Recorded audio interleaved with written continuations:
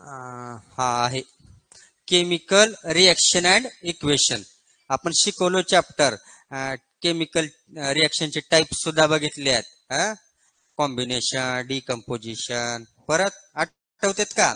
Displacement, double displacement, exothermic, endothermic, oxidation, reduction, redox reaction, हा रॅन्सिडिटी. वा वा. हा परत हे बराचसा त्याच्यामध्ये आपण पाहिलेलं होतं. आता त्याच्यामधला एकच भाग घेऊ, अतिशय महत्वाचा, परीक्षेमध्ये पडतोच बघा. केमिकल रिएक्शन कशी बॅलन्स करायची, बॅलन्सिंग द केमिकल इक्वेशन. आपल्या सुद्धा आयुष्यामध्ये बघा बॅलन्स असणं महत्वाचे. अतिशय आनंद सुद्धा काय धोकादायकच आहे. नुसतं काहीच दुःख नाही त्या माणसाला, तरी सुद्धा काय ते धोकादायकच आहे का नाही? हा दुःख आनंद सगळं मिक्सर, मिश्रण आहे ते. दुःख असेल तर सुखाची त्याला किंमत कळणारा, नुसतं सुखच आहे किंवा नुसतं दुःखच आहे, दोन्ही मिक्स आहे. काही वेळा दुःख आहे, काही वेळा सुख आहे, काही वेळा हसणं आहे, काही वेळा रडणं आहे, काही वेळेला रुसणं आहे. असे बरेचसे प्रकार आहेत त्याच्यामध्ये. येत्या का लक्षामध्ये? बॅलन्स असणं महत्वाचं. एक कोणती तर गोष्ट एकच आहे. हे झालं आपल्या बॅलन्स्ड डाएट म्हणून झालेलं बघा 5वी 6वी तुम्हाला. ज्या डाएट मध्ये, the diet in which protein, carbohydrates, lipids, जेवढे काही जे न्यूट्रिशन देणारे विटॅमिन्स आहेत, ती सगळे कसे पाहिजेत? In same proportion, in right quantity मध्ये पाहिजे. त्याला बॅलन्स्ड डाएट. ते डाएटच्या संदर्भात झालं.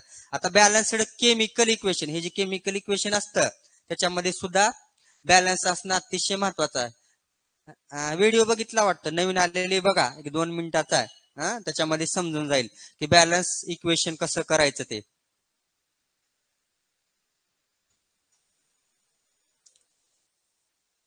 आवाज तुम्हाला काही येणार नाही तेवढा ऑनलाईन वाल्याला, समजून घ्या. झालेलं आहे आपलं हे.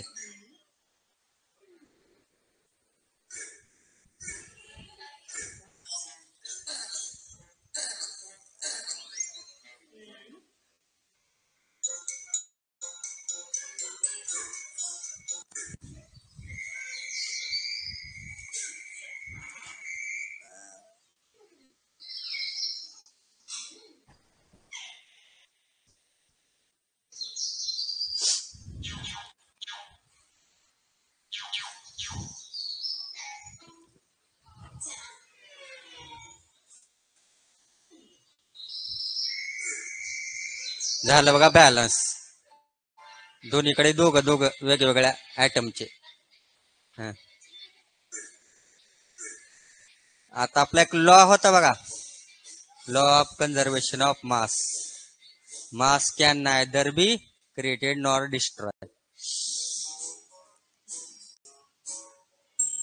जीन आला इथं, ह्यानं म्हणतं मी ब्रेक करतो तो लॉ म्हणले.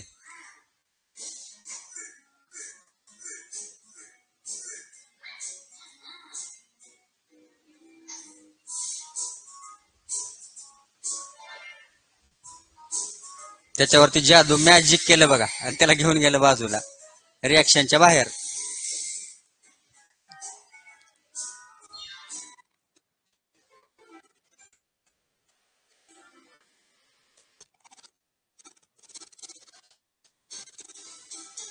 मास क्रिएट केलेला आहे, वाढवलं मास.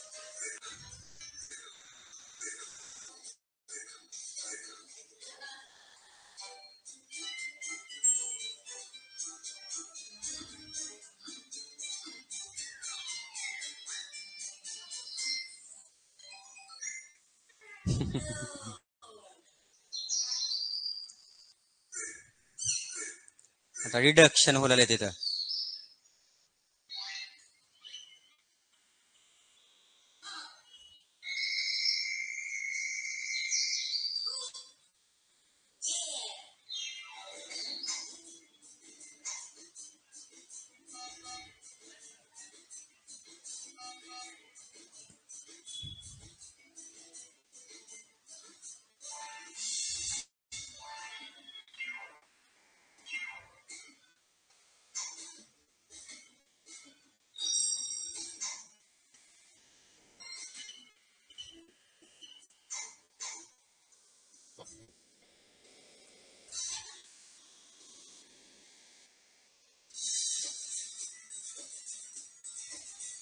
तर एक्झाम्पल आहे बघा हे. आता रिॲक्शनचं डायरेक्ट अमोनिया बनायचा.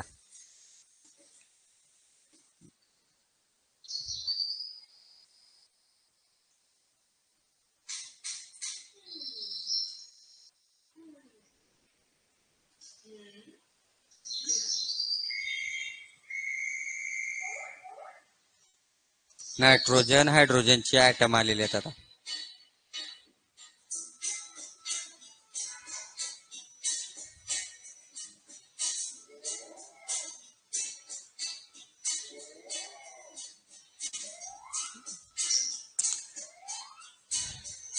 हायड्रोजनचे 3 आहेत आणि यांचा एकच आहे नायट्रोजनचा. इम्बॅलन्स झालं बघा.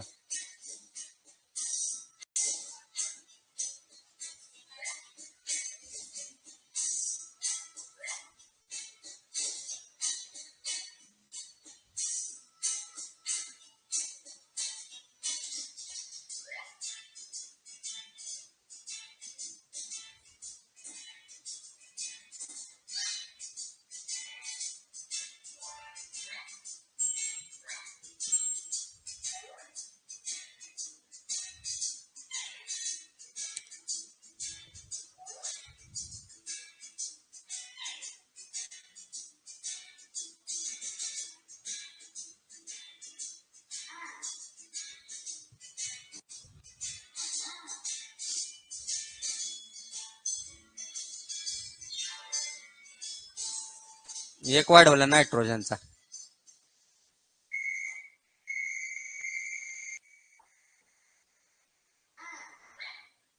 डायरेक्ट 2 अमोनियाच घेतलेला.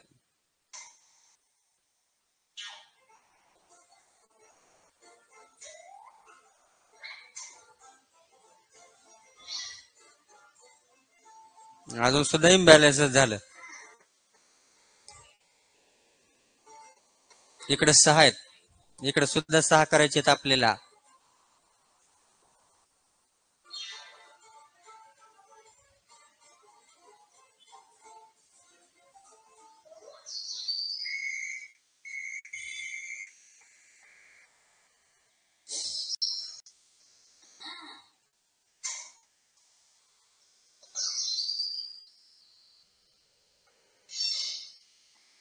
झालं बघा बॅलन्स.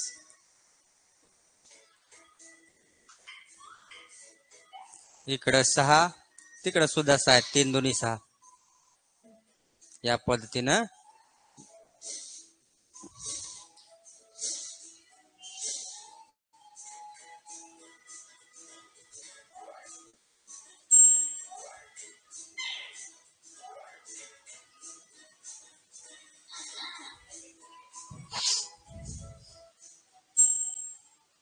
आलं का लक्षामध्ये?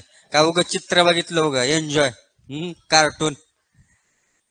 ते हे दाखवण्याचा उद्देश काय समजणार आहे तुम्हाला. A word, A work done, 1000 words. एक पिक्चर 1000 शब्दाचं काम करून जाणार आहे. आता मला जे समजवायचं होतं ते सोपं करून गेलं बघा त्या व्हिडिओमुळे. आता डायरेक्ट आपण जाऊया केमिकल रिॲक्शन कशी बॅलन्स करायची त्याच्याकडे जाऊया. आता आपण एक मिठाचं उदाहरण घेऊया. मीठ बनायची प्रोसिजर जी आहे, काय काय लागतं त्याच्यामध्ये. सोडियम आणि क्लोरीन एकत्र यायला लागलेले आहेत. चला घेऊया आपण क्लोरीन सोडियम एकत्र आणि बॅलन्स करूया. हा आपला सोडियम Na प्लस Cl2 हा एकत्र येत नाही, डायटोमिक स्टेट मध्ये असतो बघा. 2 एकत्र ऍटम येतात हे. आणि हा काय बनायला लागलेत, NaCl मीठ बनायला लागलेला आहे बघा. आता ही रिॲक्शन आता मी सोडून दाखवू काही सुरुवातीला दाखवतो, लक्ष द्या.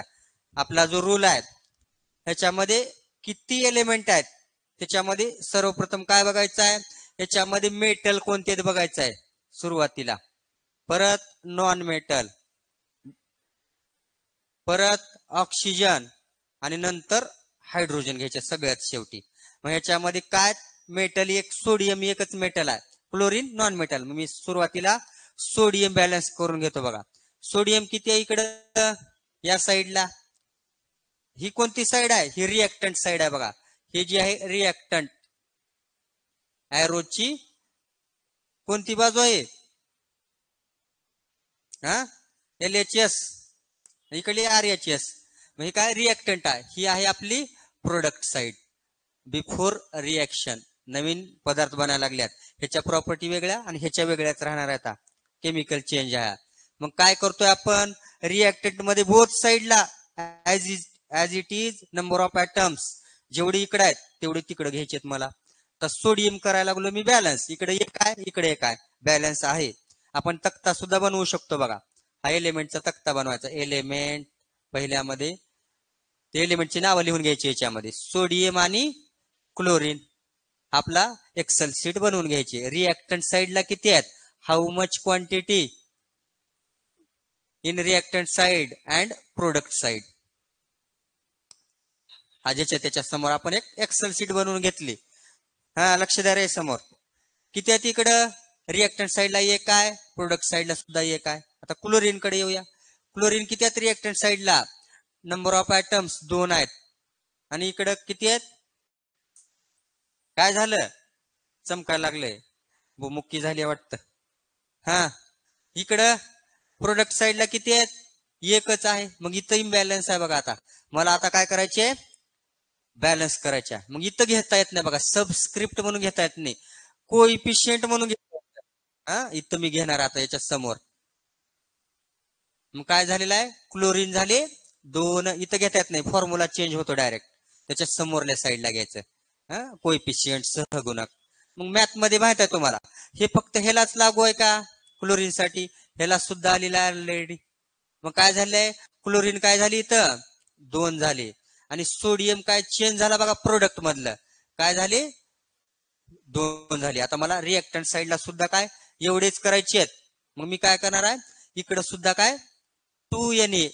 मग इथं सुद्धा रिएक्टंट साइडला 2 बघा. नंबर ऑफ ऍटम सोडियमचे रिएक्टंट साइडला 2 आहेत, प्रोडक्ट साइडला सुद्धा 2 झालेले आहेत. येतं का लक्षामध्ये. परत काय,